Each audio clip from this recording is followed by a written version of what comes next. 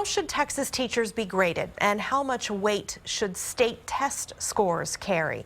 KXAN education reporter Erin Cargile has been digging into a new evaluation system in the works. She's live at Austin ISD headquarters, where the board is talking about that topic. Shannon, Texas school districts all have a choice. They can use the teachers' state evaluation system, or they can create their own. Austin ISD has developed their own, and it is a lot different than what the state is proposing.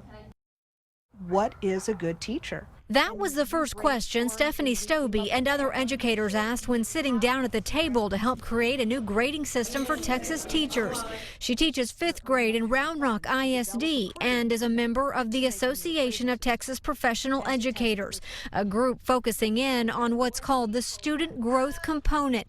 It makes up 20% of a teacher's overall grade. Basically, you're looking at a student when they enter your classroom, where are they at? And then you take a look at the student when he leaves your classroom, where are they at? The new state system, still under review, lays out 4 different options for districts to measure that. Student learning objectives, portfolios, a test the district chooses, or state test scores. This teacher hopes districts do not default to state test scores. I'm scared that the teacher of a child who's learning English as a second language, or a child who receives special education services, is going to be diminished because they did not meet growth. Austin ISD has been testing out their own formula on a handful of campuses. In AISD, student growth makes up 25% of a teacher's grade. 15% is based on student learning objectives. The other 10% is state test scores,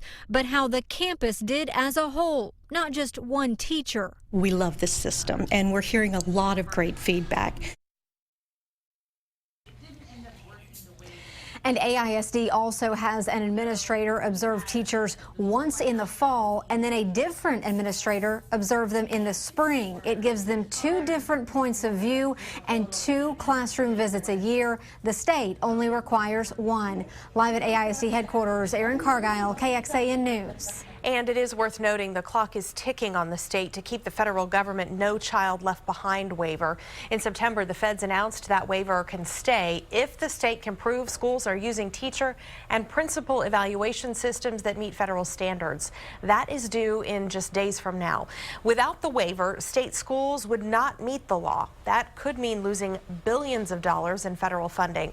And as Erin's story mentioned, the state of Texas does not require school districts to use student test scores to measure teacher performance.